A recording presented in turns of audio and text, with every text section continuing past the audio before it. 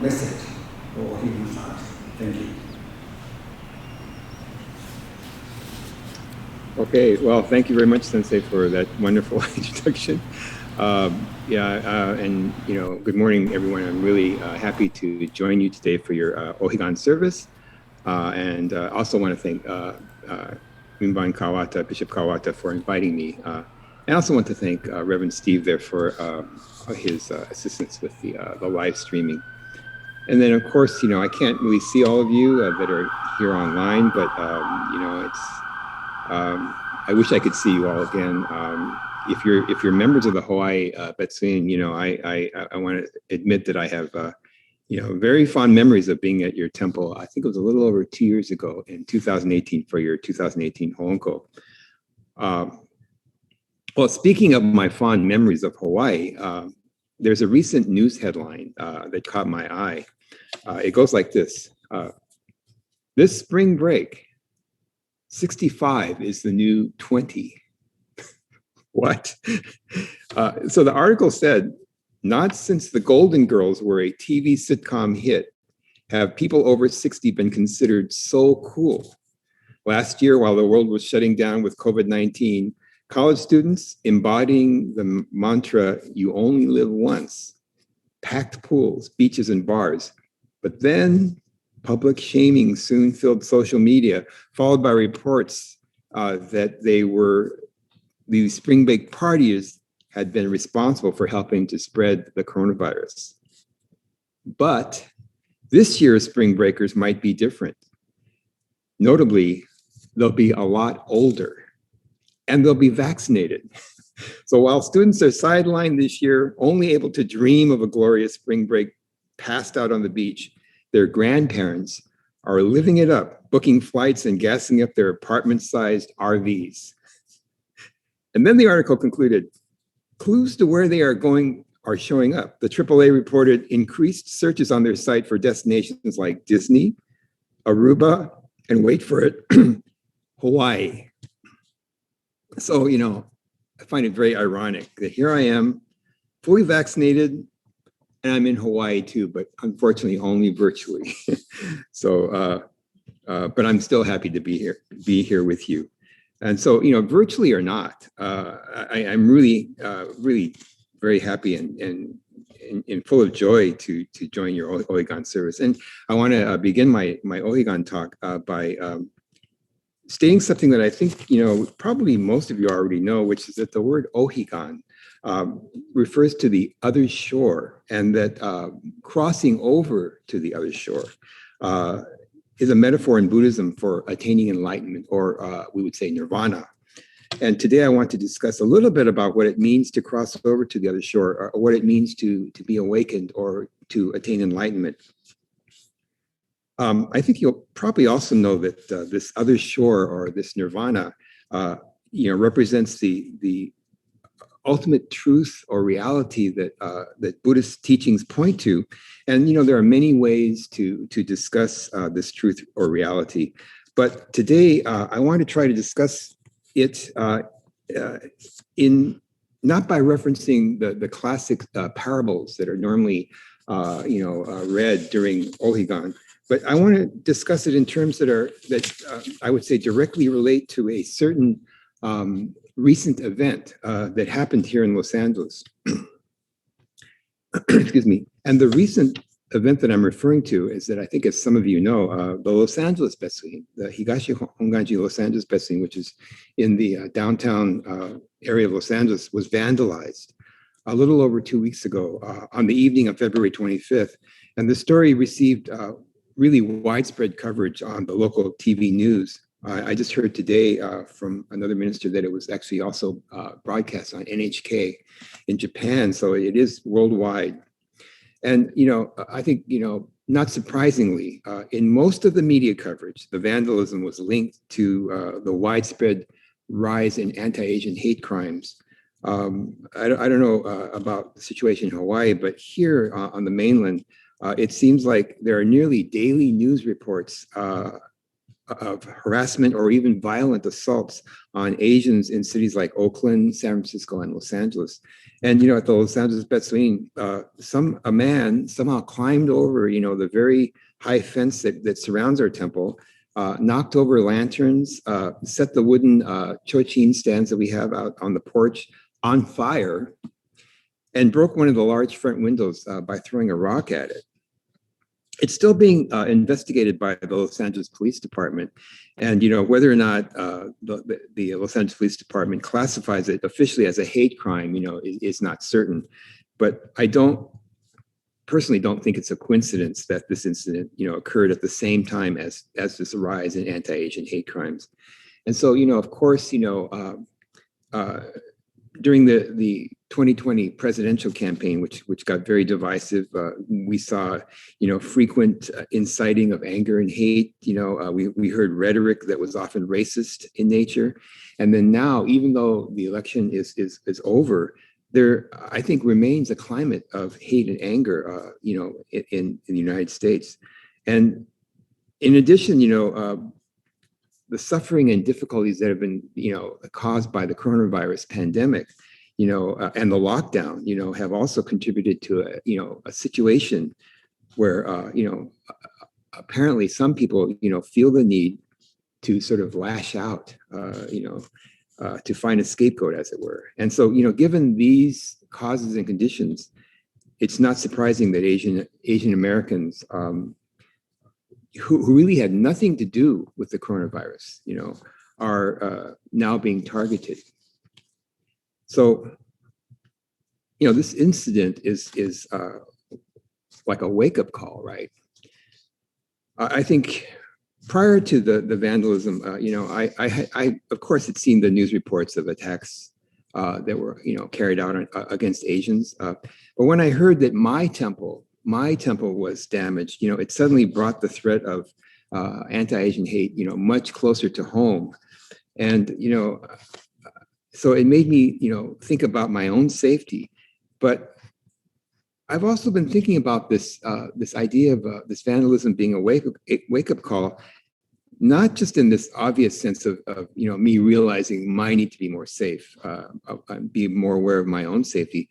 I've actually been thinking about it because in our Buddhist tradition, we often speak of a different kind of a call. I think we would say there's a calling of the Buddha or the Buddha Dharma, the Buddha's teaching, is calling us to listen to the Buddha's teaching. It's a different kind of a wake-up call, if you will.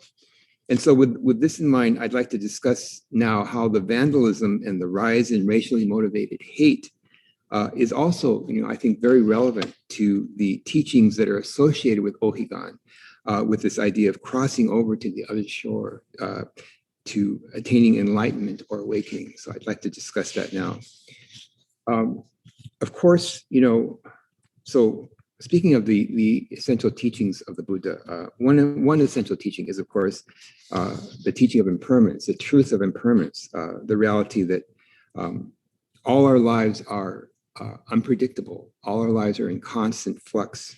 And this reality of impermanence was, certainly in evidence, on the evening of February 25th, in terms of the vandalism of the temple.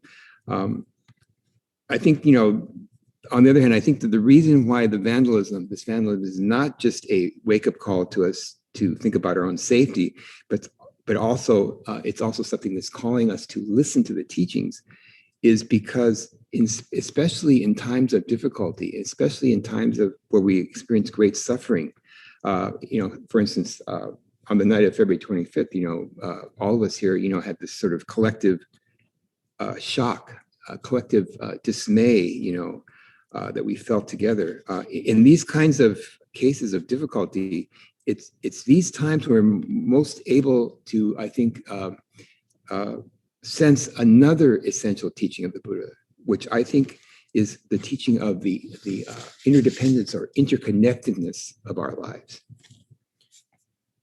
And so I want to speak now about this teaching of interconnectedness. There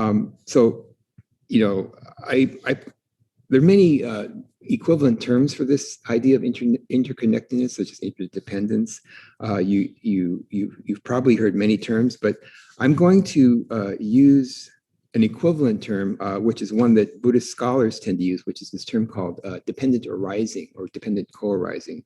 I don't know, have any of you heard this term dependent arising? I think actually I heard at your Honko service, Dr. Nobuo Haneda use the term conditional arising, the dependent origination, dependent arising, pratitya samutpada, the Sanskrit term, or you may have heard another term, engi or suchness, or even just the Dharma. There are many terms, but I'm going to use this term dependent arising and interconnectedness because this term dependent arising, as we'll see later, is the term that the Buddha himself used. We'll see that later. But in any case, dependent arising or interconnectedness is at the very heart of what the Buddha taught. And so I think it's very relevant to a discussion of the other shore or nirvana. Now, in my understanding of what dependent arising points to, I think it points to the ultimate reality of the impermanence and interdependence of all things. Let me show you this slide here.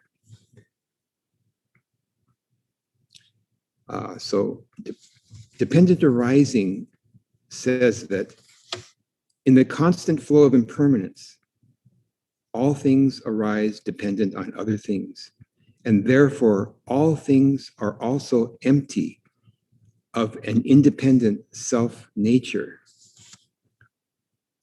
I think that's probably a lot to process, right? But fortunately, the great Vietnamese Zen teacher, Thich Nhat Hanh, once explained this teaching with a very simple example of a flower. So let me share with you Thich Nhat Hanh's interpretation of this teaching. He uses another term, which the term is interbe, but it's the same teaching as dependent arising. This is what Thich Nhat Hanh says, quote, "A flower is made only of non-flower elements, such as chlorophyll, sunlight, and water. If we were to remove all the non-flower elements from the flower, there would be no flower. A flower cannot be by itself alone. A flower can only interbe with all of us. Humans are like this too.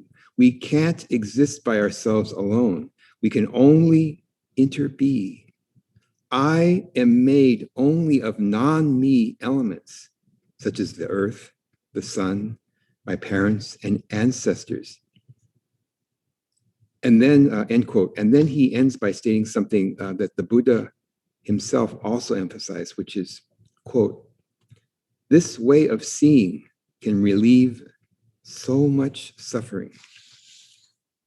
I think you can see that when Thich Nhat Hanh says, quote, "I am made only of non-me elements," end quote, he's expressing a very humble, awakened, and appreciative attitude that I think naturally relieves both his suffering and any suffering that he might have caused to those around him. And interestingly, I also heard Dr. Nobuo Haneda of the Midas Center recently state that Dr. Haneda said that the Shakyamuni Buddha, the Buddha's having awakened to this truth of dependent arising, also explains the Buddha's compassionately going out and sharing his teachings for 45 years after his awakening. While the Buddha, realized the impermanence and, emptiness of his self, he realized, in other words, that there was no such thing as a permanent, independent self. At the same time, Haneda Sensei has said that the Buddha actually realized what he called a true self. The Buddha realized a true self, but this true self was not an independent self. This true self was a self, as it were, that was actually comprised of myriad selves. To use Thich Nhat Hanh's words, we could say that the Buddha realized he was made only of non-me elements. During his lifetime, the Buddha clearly stated the central importance of dependent arising. In one of the most important collections of the early sutras, the Buddha famously says, quote, "Who sees dependent arising sees the teaching. Who sees the teaching sees dependent arising." And so I'd like to get back now to the vandalism incident at the Betsuin. I think if we think about this teaching of dependent arising or interconnectedness, if we think about the reality of the impermanent and interdependent nature of all things, about the interconnectedness of our life, I think we can see that this teaching has many layers of meaning and manifests itself in multiple ways. Let me give you some examples here. So, for example, this teaching or this truth of dependent arising, I think relates to the long history in America of anti-Asian hate. I guess we could say this is like dependent arising is like in a sense that also the teaching of karma, right? The results that come from our actions. So besides the 2020 presidential campaign that I mentioned earlier, there's the Chinese Exclusion Act of 1882. This was the federal law that limited Chinese immigration. And then in 1924, the Immigration Act of 1924 restricted both Chinese and Japanese immigration. And then, of course, the incarceration of Japanese Americans in World War II. All of these things are like, as I said, I use the word karma, but you could say these are the backstory that helps explain the current rise in anti-Asian hate.